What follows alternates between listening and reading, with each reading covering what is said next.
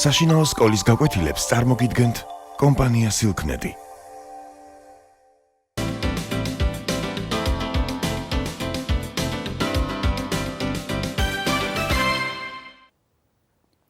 მოგესალმებით ბავშვებო. წინა გაკვეთილზე ჩვენ დავიწყეთ სახელმწიფოს შესწავლა და შევისწავლეთ საწყისი. საწყისი შეგახსენებთ, ქვია ისეთ მიმღეობას, უკაცრავად ისეთ სახელმწიფოს, რომელიც წინა დადებაში ისეა გამოყენებული, როგორც არსებითი სახელი. ახლა უნდა შევისწავლოთ მიმღეობა, რომელიც წინა დადებაში გამოყენებულია, როგორც ზედსართავი სახელი. აშენებული სახლი, მოტანილი ამბავი, დაწერილი ლექსი, დახატული ბურთი.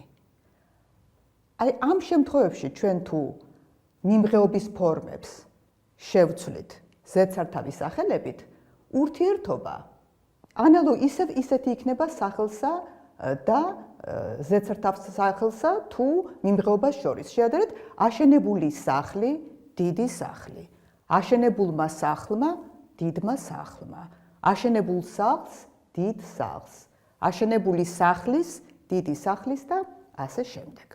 ახლა ვნახოთ რა თვისებები აქვს კონკრეტულად მიმღეობას სახელისა. უპირველეს ყოვლისა, უკვე ამ მაგალითებიდანაც ჩანს, მიმღეობა მოგვიგებს კითხვაზე, როგორი? აშენებული, დახატული, გაკეთებული და ასე შემდეგ. მეორე, იგი ბრუნებადი სიტყვა, ისევე როგორც სახელი.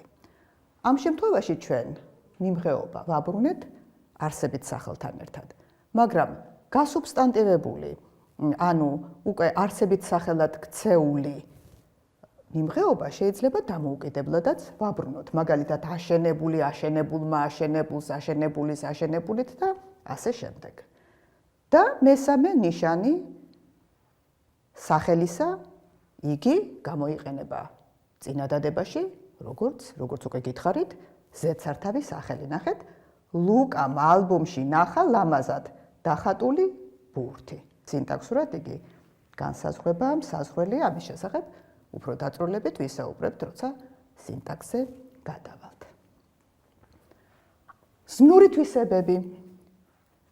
ზმნის წინს დაირთავს დახატული, დაწერილი, გაკეთებული და რა კი ზმნის წინს დაირთავს ასპექტის ფორმებსაც განარჩევს. კეთებელი იქნება მაგალითად უსრული ასპექტისა, ხოლო გამკეთებელი სრულის. მიმღეობა განარჩევს დროს. შეადარეთ ერთმანეთს ფორმები, გაკეთებული, რაც გააკეთეს ან გაკეთდა. გასაკეთებელი, რაც უნდა გააკეთონ ან გაკეთდეს. ასევე იქნება დაწერილი, რაც დაიწერა ან დაწერეს, დასაწერი, რაც უნდა დაიწეროს ან დაწერონ. მესამე ნიშანი ზმნისა ეს გახლავთ კონტაქტი. გამკეთებელი, აკეთებს ზმნისგან მიღებული მიმღეობა გამკეთებელი, ხოლო აკეთებინებს, აქედან უკვე გვექნება გამკეთებინებელი. და მიმღეობა განარჩევს გვარს. გავიხსენოთ ბავშვებო, ჩვენ შევისწავლეთ სამი სახის გვარი, მოქმედებითი, ვნებითი და საშუალი. ამ ზმნების შესაბამისად მიმღეობებიც გვექნება. მოქმედებითი გვარის მიმღეობა, ვნებითი გვარის მიმღეობა და საშუალი გვარის მიმღეობა. თითოეულ ამ სახეს მოქმედებიც, ვნებიც, საშუალს აქვს მათ აქვთ თავთავიანთი მაწარმოებლები. მოქმედებითი გვარის მიმღეობას აწარმოებს თავსართი მ, კერავი, მღებავი. აგრეთვე თავსართ ბოლოსართი მ-ელ, მკეთებელი, მშენებელი.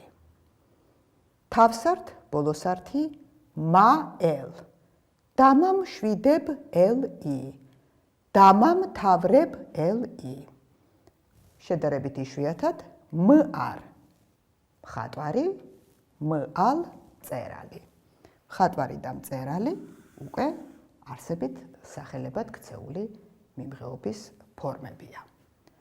ვნებითი გვარის მიმღეობის მაწარმოებლებია ბოლოსართი, ანუ სუფიქსი ილ, დაწერ ილ-ი, მოტან ილ-ი, ბოლოსართი ულ, დახატ ულ-ი, აშენებ ულ-ი, თავსართი, მხოლოდ თავსართი, ნაწერი, ნახი.